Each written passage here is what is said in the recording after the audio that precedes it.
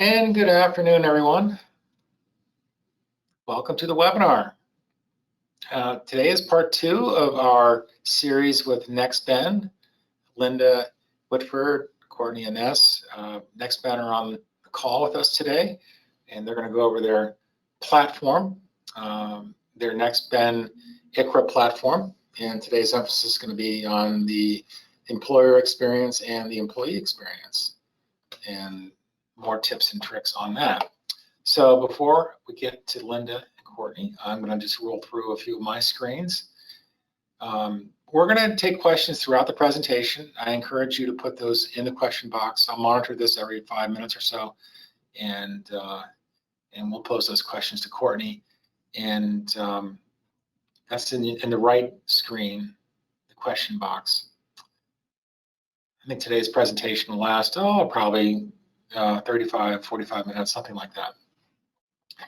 And then here we are, the dynamic duo of the individual market here in Ohio. And Eric's also on the call. He's fresh off a big win over his opponent in Northern Kentucky in basketball. He's one of the top coaches in women's basketball, high school basketball in Northern Kentucky. So congratulations to Eric. And there's our information there. And talk about the ASP program. It stands for Agency Services Program. It's designed to help you make a plan for your business, your clients, and your family, no matter the situation. And among the services in ASP are the Autopilot Client Referral Program, the Parachute Succession Planning Program, and the Flight Plan Retirement Assistance. That's all there on our website. Check it out. And I do want to touch on the Marketing Hub. From downloadable social media images to customizable flyers, our Marketing Hub is what you need to start managing your marketing needs in-house. And you can access the Marketing Hub through the Cornerstone Resource Center with your username and password. Contact Jess Larkin. That's J Larkin at crnstone.com if you got any questions to get you started on that. That's a great tool. And let's kick things off with NexBen. I'm going to toss it to Courtney. And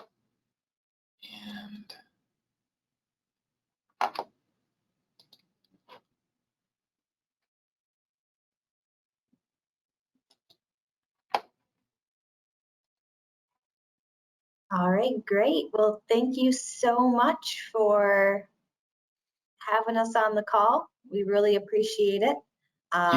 You bet. I can hear you loud and clear.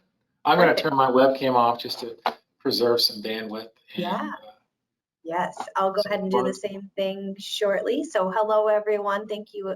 I know this may not be your first webinar of the day, so thank you for taking the additional time out of your day to meet with Linda and I. As Jeff said, we're going to take a look at the employer and the employee experience in the NexBen platform. And if you have questions at any time, go ahead, send those in. Linda and I might tag team on the answers and work together to get that information over to you. All right, so I too am going to go ahead and turn my camera off simply to save some of that bandwidth. All right, I want to make sure that you all are still seeing my screen. Perfect. Okay. What we're going to do today is look at the platform. And again, this is going to be the employer and the employee experience. So I want to give you a little bit of a backstory on how an employer may get to this position.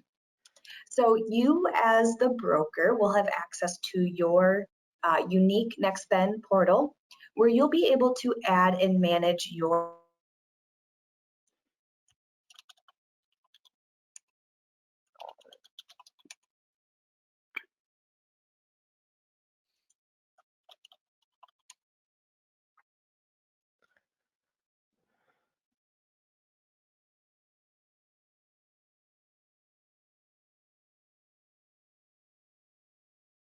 I think we lost some of the sound, unfortunately.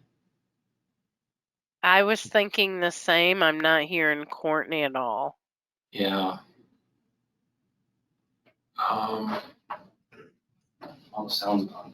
Can you hear her? I can hear. Guys, we're having a little technical difficulty. We can hear Linda and myself, And if It's not coming through. we're working on things right now.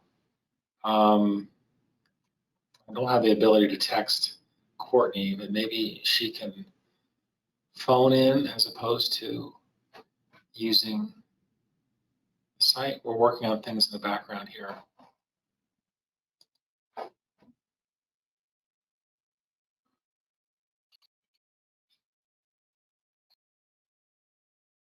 I think it's Courtney's sound. Yeah, She's still on there. I think so. I think she's still talking.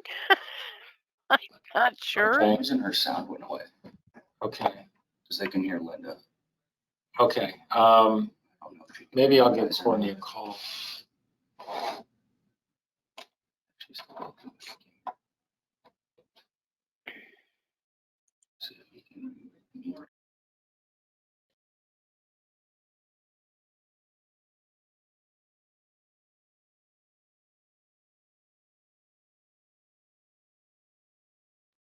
Courtney, can you hear us? Courtney? Courtney, can you hear us? See if Linda could take over possibly, and might need to tell her to redial in.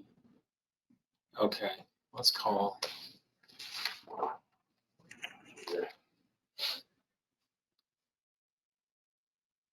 I apologize, everyone. We're going to get Courtney back on the call here. So let me just go on mute and I'll give her a phone call. I apologize. I'm having issues with bandwidth. Typically happens here.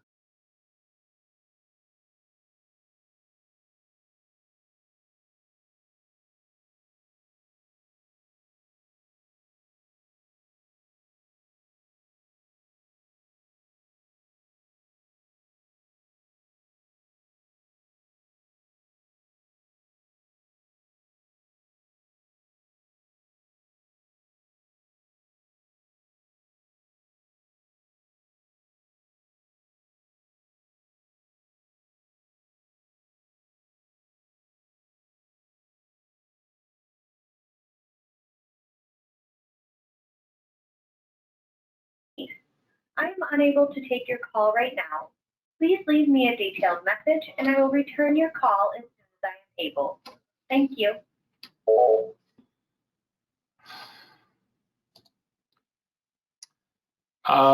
Linda, is there a way to get a hold of Courtney?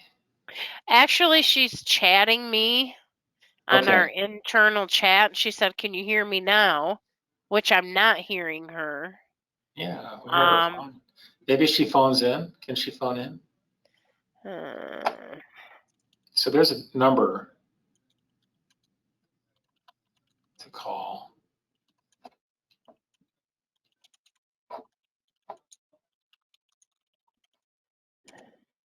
What's the number she wants to call?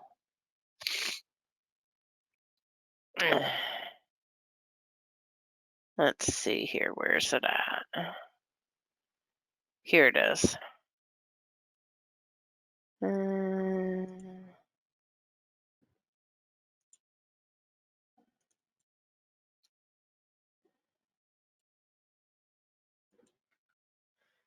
It is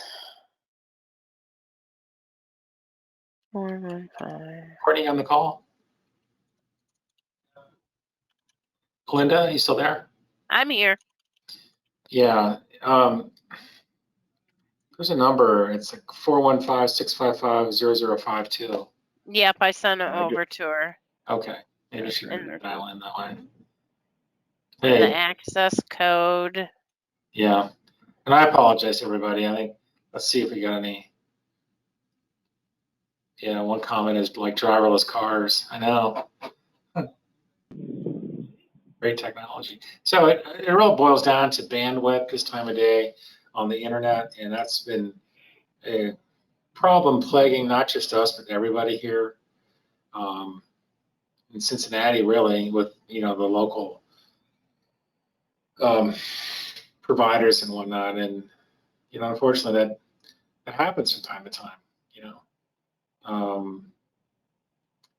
So I do apologize to everybody who's on the call, and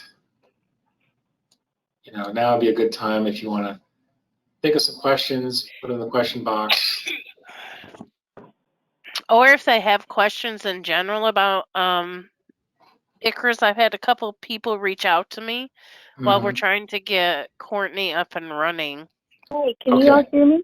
Hey, Oh, is that there you Courtney? are. There we go. Oh, I do not fantastic. have a clue what happened to that audio. We were working great, weren't we? You were working Before I great, shared my loud and screen? clear. Oh my Yeah. goodness. I'm sorry. Can you hear me now?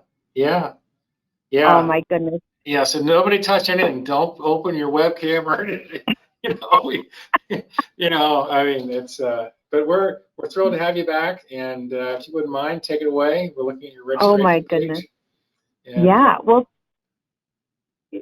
thank you for your patience, everyone. I sincerely apologize for that, but we are now dialed in via the phone. So let's hope that my screen share continues to work and we can continue right on through the presentation. So, Great. all right, what we're going to do today is go through the employer and the employee experience. Now, a little bit of background here. What you're seeing is the employer experience, and as a broker, you might say, well, how did this employer get here? That's a great question. At this point in time, the broker will have access to their own NexBen username and password in their own portal, where you'll be able to manage your employer groups. So you'll be able to log into your unique NexBen portal, add your employer groups, and allow them to initiate their open enrollment.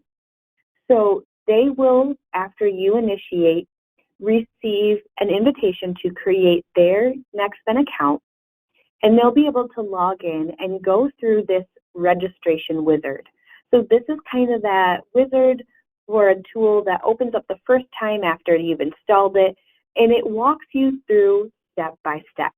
So that's going to be what we do today together. We're going to walk through these 5 steps of the employer registration process.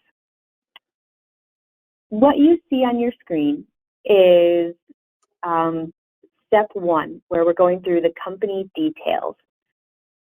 The first thing that the employer has to do is give the application or the enrollment a name that will be meaningful to the employers, or excuse me, the employees. And this name right here for the benefits enrollment is going to be what the employee sees when they log into their portal. Then you'll give then the employer is going to give us a little bit of information, the name of the company, where they're located, how many employees they have, and things of that nature. What that's going to do is assist us in the financial underwriting check. So you're going to see a question, is the company directly involved in cannabis? And I just want to call this out. This is not an automatic denial. All this allows us to do is gather a little bit more information about the employer group. So if the employer group is directly involved with the cannabis industry, someone from our financial underwriting team will reach out to the employer group to just get a little bit more information. The next thing you'll see is the taxpayer identification number. And we're either going to use the FEIN or the Federal Employer Identification Number, or we can use the Social Security number. Now, we will require some additional information. We'll need the first name and the last name of that individual as well. Now, I just want to make sure our screen share is working. Are you seeing me click through the screen, or are we frozen? Not seeing. Okay, now It caught up. moving. Okay, perfect. Great. So before I click next, I want to give you a little bit of a preview what's going to happen. At this point, the information that the employer has entered into the platform is going to be sent to our financial underwriting team. And they're going to do essentially a background check right? They're going to make sure that the employer group is in good financial standing. They're going to make sure that there's not any red flags, you know, in the background of the employer group. There's essentially 3 outcomes that could happen as a result of the financial underwriting. I'll use, you know, a traffic light scenario, right? There could be a green light where there's no concerns for the employer group, and they get to pass right on through to continue the application. It could be the yellow light. Maybe, for example, the group is directly involved with cannabis, so we just have to gather a little bit more information. In that instance, the employer group will hear from a member of our financial underwriting team. Or it could be a red light. And although that happens very infrequently, it does occur. There could be some significant red flags associated with the employer group, and we would deny them access to the NexBen platform. Now, our financial underwriting team takes about 2 business days to complete their financial background check.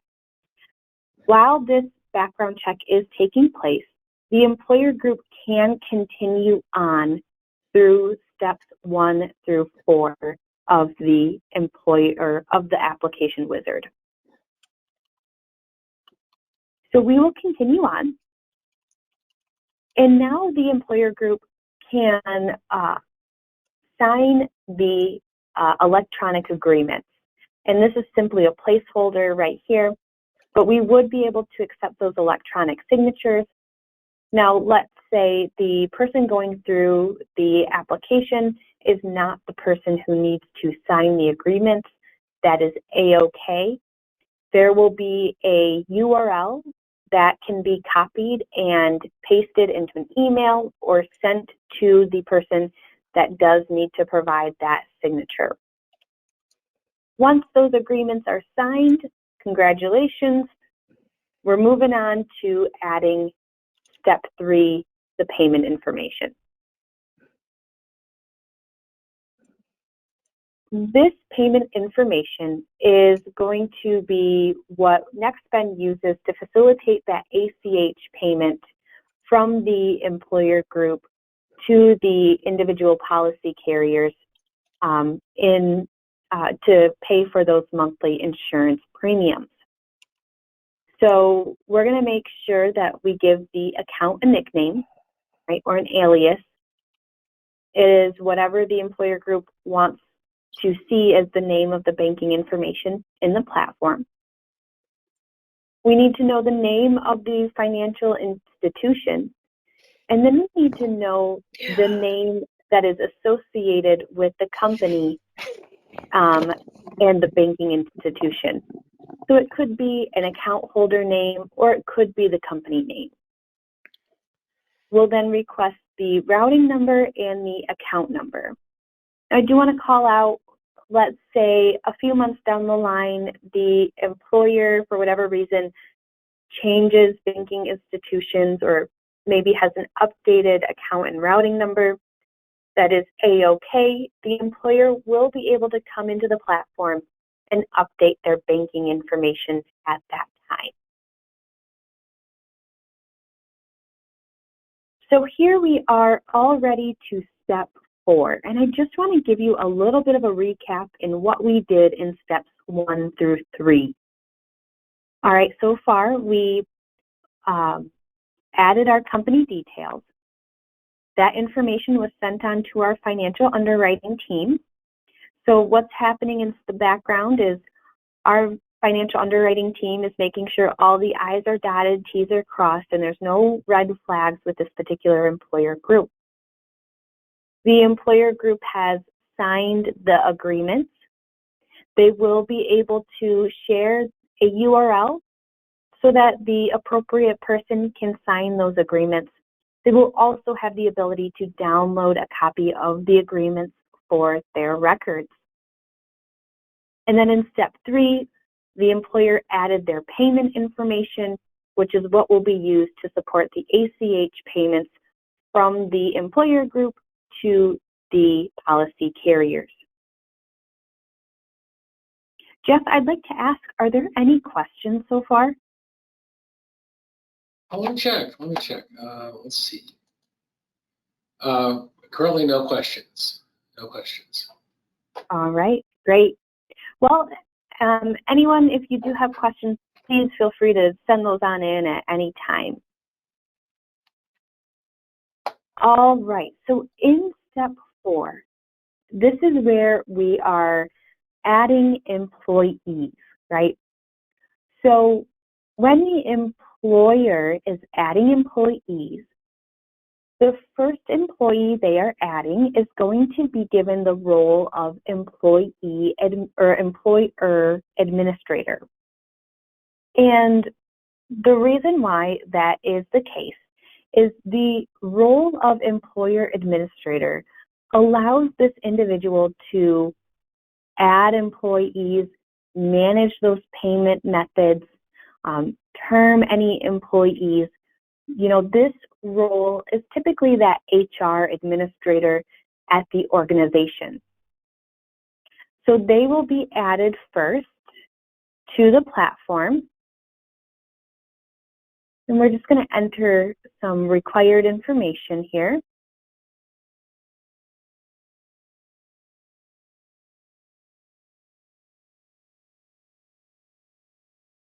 And here we'll give them the compensation type of salaried and the employment type of full-time. Now, if they do have a spouse or domestic partner, they can add them. If they have any children, they can add them as well. So they are able to add the dependents right in the platform. And they will be the first individual to show in the employee directory. Now that we've added the first employee manually, the rest of the employees can be added by utilizing a census template. So I want to show you exactly where you can access that census template. We have an HR administrator hub that provides resources for the HR administrator and for the employee. So if we view the HR resources, there are so many tools available for the employer. The first one I want to call out, though, is the census template. Now, this census template is an Excel file, and it's just opening up on my other monitor. I'll pull that right on over. And it looks pretty simple, right? So here are the columns with headers. Now, it's very important that these headers are not modified, but I want to call out that you'll see an asterisk next to most of these column headers. Now, if we go back out to the HR Admin Resource Hub, we're also going to see a census specification sheet. And this is going to provide information on what is required and the formatting that is required when completing that census template. So anything that has an asterisk or is notated in that light blue color is going to be a required field. So specifically when we look at the first name, last name, email address, employee ID, that is simply how we are tying together members of the same contract. Employee role is either the employer administrator or the employee. I would like to call out that you may have more than one employer administrator. A phone number, date of birth, address, including city, state, and zip code, as well as the compensation type and employment type. So it's the same fields that were required when we were manually adding that initial employee.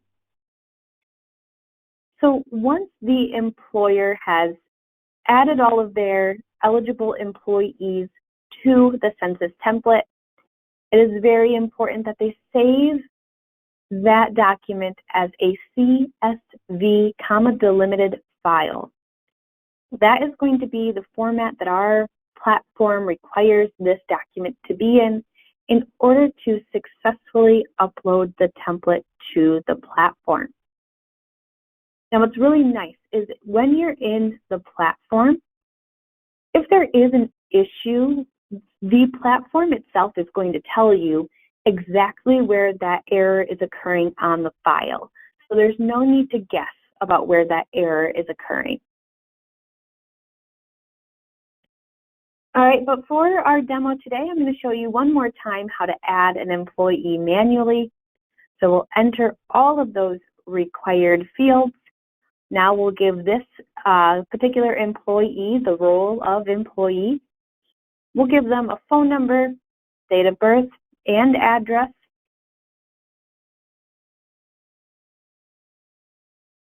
And we'll make sure that we are marking them as the correct employment type. Now again, if they did have any spouse or domestic partner or any children, they could add them as well. And now they will show in this growing list of employees. I want to call out here. It is very important that the employer group adds all eligible employees to the platform before they move on to the next step. These are going to be the employees that are able to participate in the open enrollment that is being set up on the platform. When the employer is on the platform, before they move on to the next step, they will have a little pop-up message just to ask them to confirm that they have added all eligible employees before moving on. Can I jump in with a question? You may.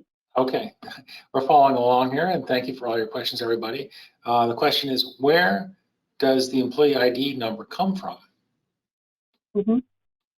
That is something that the employer adds, so they can start at 1, and all we're doing there is tying together members of the same policy, right? So if we have an employee and they have a spouse and a child, they're all going to be given the same number 1. So we know how to tie those 3 individuals together. Yep. So the employer will derive these numbers? Yes, correct. Okay. Thanks. Are there any other questions? No. We're all caught up. Thanks. Awesome. All right. So we'll move on to our next step in the process, which is setting up the contribution strategy and the enrollment details. Now you're going to see 3 different contribution strategies available in the NexBen platform. The first contribution strategy is where the employer can choose to contribute equally to all of their eligible employees. So this is the most simple in concept. The employer is simply saying, you know what, I'm going to give all of my eligible employees $300 a month. The second option is to contribute different amounts based on my employees' ages. You may or may not know ICHRA regulations. We'll cover that together in a future session. But one key component is that ICHRAs allow employer contributions to be structured by age, as long as those differences in contribution do not exceed a 1-to-3 ratio from the youngest to the oldest employee. So what that means is that it's perfectly compliant for an employer to say, you know what, I'm going to contribute $200 for my 24-year-old, and I'm going to contribute $600 to my 64-year-old. And you can see in this particular example, they've created kind of an age banding structure, and they've modified their monthly contribution to stay within that 1-to-3 ratio. So this is really important for that employer that wants to make sure they're creating an equitable contribution for all of their employees. We know that individual market policies for older people tend to cost more, so the employer may elect to offer this higher contribution allowance to those older employees. And then the third option you'll see on the platform is to contribute to employees and members of their household. We know the more individuals on a policy, the higher that premium is going to be. So this particular structure allows the employer to contribute based on the members on the policy. So if I know it's going to be an employee only, I might choose to give just the employee $300 a month. If it's the employee and a child, I might bump it up to $400 a month. An employee and a spouse might get $500 a month. An employee plus 2 children might have a $600 contribution, and a family might have a $600 contribution as well. The goal here is to increase the contribution based on the tier. So this category will not be able to set any amounts to 0, and it will not allow the amounts to descend instead of ascend. So the platform is going to have a little bit of logic built into it to prevent that from happening. And I do want to call out the platform will make sure when using employee ages that the employer is staying within that 1-to-3 ratio. So it'll help make sure that the employer is setting a compliant strategy. Jeff, we tend to get some questions around the contributions, so I want to check in and see if anything else has come in. No, unfortunately, I don't have anything to add. We'll monitor this, and I'll jump in when somebody asks a question. By all means, there's a lot of nuance and complexity to setting these up. By all means, throw out any question you might have, and we'll all learn from it. Thank you so much. All right. Thanks. Okay. So then the next thing that the employer has to do is set their enrollment period details. This is going to be, hey, what time frame do you want to allow your employees to make a policy selection or to, complete their shopping experience? Now, I do want to call out, sorry, I have to enter my contribution. I do want to call out, or you can remove that as well. When the employer is setting their open enrollment details, they should keep a couple of things in mind. The first is that the policies that the employees are enrolling in are individual policies that must comply with ACA mandates. ACA mandates a 15th of the month deadline for enrollment, 15th of the month prior to the effective date. So that means if I'm looking for a May 1st effective date, I need to complete my enrollment by April 15th, right? So that means my employer should probably give me, we recommend, 7 to 10 business days for the employee open enrollment period. So let's just say 2 weeks. That means my employer should open enrollment probably around April 1st. Would be a good time frame. There are a couple of things that have to occur prior to April 1st for the open enrollment to be available at that time. So we already talked about the financial underwriting check, right? And that will take about 2 business days to occur. Then when the employer comes out here and they set their employee details and they set their contribution strategy, we are going to generate a pre-funding invoice for that employer. So that's based on a calculated percentage of how many employees will enroll in the policy. And our financial underwriting team has done a great job of creating that calculation. Now, that invoice will be available to the employer to pay directly on the platform. And once that invoice is generated and the payment is made, it will take about 1 full business day for that payment to be processed by the banking institution. So that needs to occur prior to the enrollment opening. So we don't have any hard or fast dead lead times or time frames that we say, you have to do this by X date. But I just want to call out that there are a series of events that need to occur prior to open enrollment happening. So we generally say that pre-funding needs to be completed by the first of the month prior to the effective date to allot for a consistent open enrollment time frame for those employees. Linda, I'd just like to check in with you. Is there anything you'd like to add? No, I think that the way you worded that is perfect. Great. So now we've gone through the employer experience.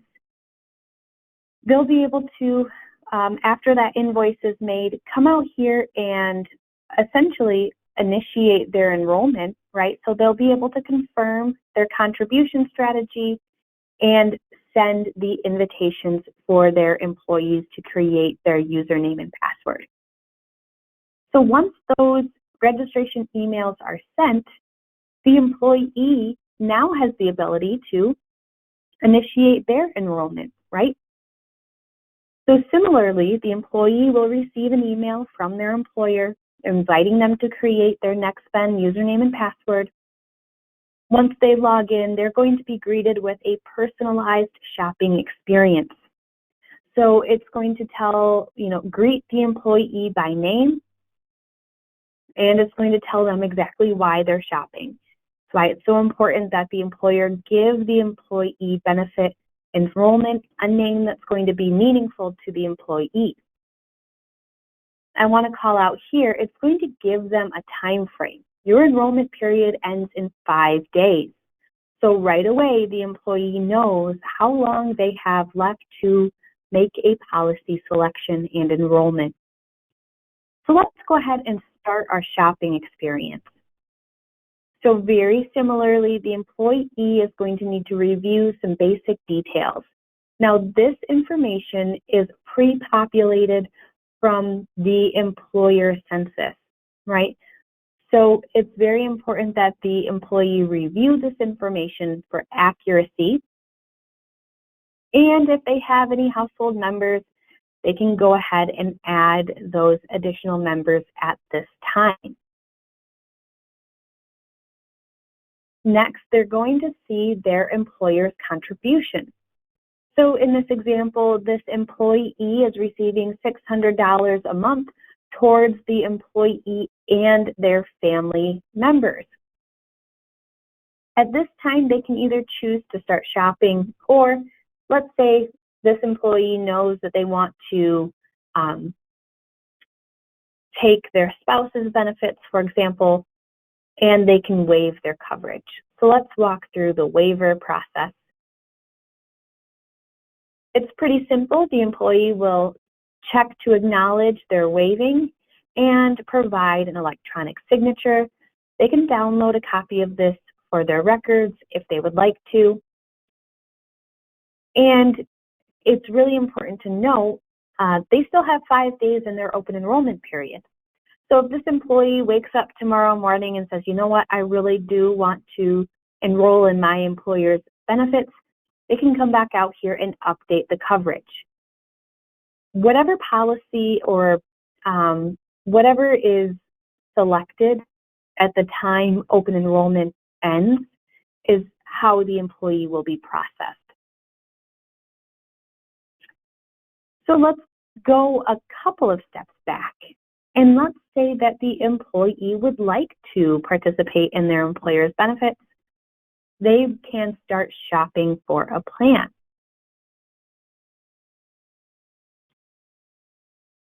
Here's something I want to call out. It's so important. The employee is going to have access to their unique NexBen account and routing number. The reason why this is so important is because these numbers are going to allow them to have access to their employer contribution when they are shopping for benefits. Unlike other ICHRA solutions, this NexBen account and routing number allows them to have access to their employer's contribution. Therefore, there's no need for the employee to pay the cost of their health insurance premium and then wait to get reimbursed. So there's one key benefit to the employee I want to call out is this is a reimburseless process, which in turn makes it very simple from the employer's perspective because they don't have to mess around with reimbursements either. I have a question, and I'm playing devil's advocate. And you know, you provided somebody with a routing number and a banking account number. You know, what safeguards have been put in place to prevent somebody from doing something they shouldn't do with that information? That's a great call out. And so what I do want to address too is the same thing could happen, for example, with other ICHRA solutions that may provide a debit card, right? So you could use that banking information maliciously at any rate. What I will say is our financial underwriting team and our finance team does a reconciliation every month. So they are going to catch any fraudulent charges because they're going to be able to compare the transactions that are occurring on this account and routing number to what we're being invoiced for by the carrier, right? So okay, great. If there are any fraudulent charges, they're going to be able to catch it. That's what I was looking for. Yeah, that's just playing devil's advocate. Oh, yeah. Yeah, of course. It's a good call out, too, because unfortunately, that could happen. So now that the employee knows how much their employer has made available to them and their unique NexBen account and routing number, it's time for them to complete a shopping experience. Now, if you as the broker would like to manage or assist the employee on their individual policy shopping experience, you are 100% encouraged to do so. Your contact information would be seen on this page, and they would be able to use your link. Let's say if you had an association with a specific enrollment partner or enrollment entity, to link out to your shopping portal. So they will complete a shopping experience and use their NexBen account and routing number to purchase that policy. Once the employee receives confirmation from the carrier that their policy was received, that their application was received, so important to come out here and submit their plan details. This is what's going to make sure that we are appropriately invoicing the employer and the carrier, right? So we need to know the carrier's name, the plan name, the policy effective date, how many people are enrolled in the policy, and the monthly premium amount. So it's very important that this information be provided to us, and I want to stress, after the employee has received a confirmation from their insurance carrier.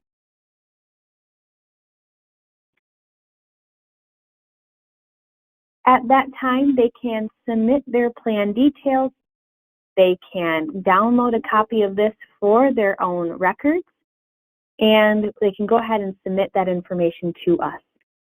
Now, what's going to happen is we're going to just see a little bit of the benefit information. This is the dashboard for the employee. And again, we get the message that they still have 5 days left in their enrollment period. So of course, if they want to make an update, they can. Just be mindful that whatever plan is in place at the time open enrollment ends is what we're going to move forward from the invoicing perspective.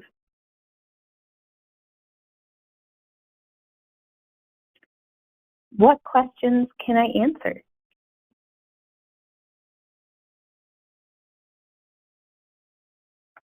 By all means, if you have any questions, I know there's a lot of material here. Don't be shy. Put them in the question box. I do have a question. As a broker and an employer are getting together on this, and obviously they have, maybe some questions about how to structure this plan for their employees. Are there resources with NexBen? Are we able to reach out to you and maybe get some guidance on some things? Yeah, 100%. We want to make sure that the brokers, you're equipped to have those conversations with your employer groups. So we're definitely here to answer the questions that you may have. And I do want to go back out to the resource hub. And I'm going to pull up another screen real quick. One moment. Yeah, well, Courtney's bringing that up just as a little more information. I am the relationship manager for Cornerstone and all brokers who work with Cornerstone. So I'm always going to be a source of additional assistance as needed. Great. Fantastic. Yes, Linda is an awesome resource and so knowledgeable about all of this. And also I want to call out this, the hub that I went to for the HR administrators also has broker resources on it as well. So there's so many resources out here to help the broker. We have the contribution strategies guide. I highly recommend that the broker, become familiar with this document. It really simplifies the contribution and affordability information that is available for ICHRAs. So this is going to be a good resource for you as well. That's perfect. Yeah. We're getting calls every day on this great new offering that small employers have. We're getting calls on this every day. And, we're going to be reaching out to you. We'll be doing more of these trainings throughout the spring and summer. So we're just going to repeat a lot of the same things and engage our agents more as we go along. Let's see. Here's a question. Yeah. I may have missed it, but do brokers have an account first with Cornerstone? Well, first and foremost, Cornerstone is a wholesaler for individuals. So we would have you be sure to be set up with the carrier contracts. You get paid the same way you always do. You're getting paid the commission, through the arrangements, either through Cornerstone or from the carrier. We've got probably 8 or so carriers in Ohio. And, these would be options that these employees could select. And so, that relationship would stay the same. You'd be the writing agent on these cases. And then you don't necessarily have to set up a NexBen account with us, but we would interface with Linda and Courtney and getting you set up for this. And we would sort of act as the intermediary here to get you on the NexBen platform and feel comfortable with this new technology. I hope that answered your question. Okay, great question. Yeah. And we're going to probably wrap things up here. We've actually gone over a little bit, and everybody will get a copy of the presentation. So, Linda and Courtney, any last thoughts? Anything more? Yeah, I just want to reiterate that we're going to be working with Jeff to schedule more sessions. So we have a full curriculum of courses that we have lined up to present to you to get you up to speed on ICHRA, and just know that you don't have to go it alone, right? So we know Linda is going to be a really great resource for you, and we have training materials, support materials. So we want to really help you feel comfortable and confident positioning ICHRA to your clients. Absolutely. With that, we'll conclude the presentation. Everybody will get a copy of this and some more materials. We really enjoy you, really appreciate you coming out and joining us today, everybody. And Linda and Courtney, thanks so much for the presentation. Everybody, have a great afternoon. Thank you. Thank you.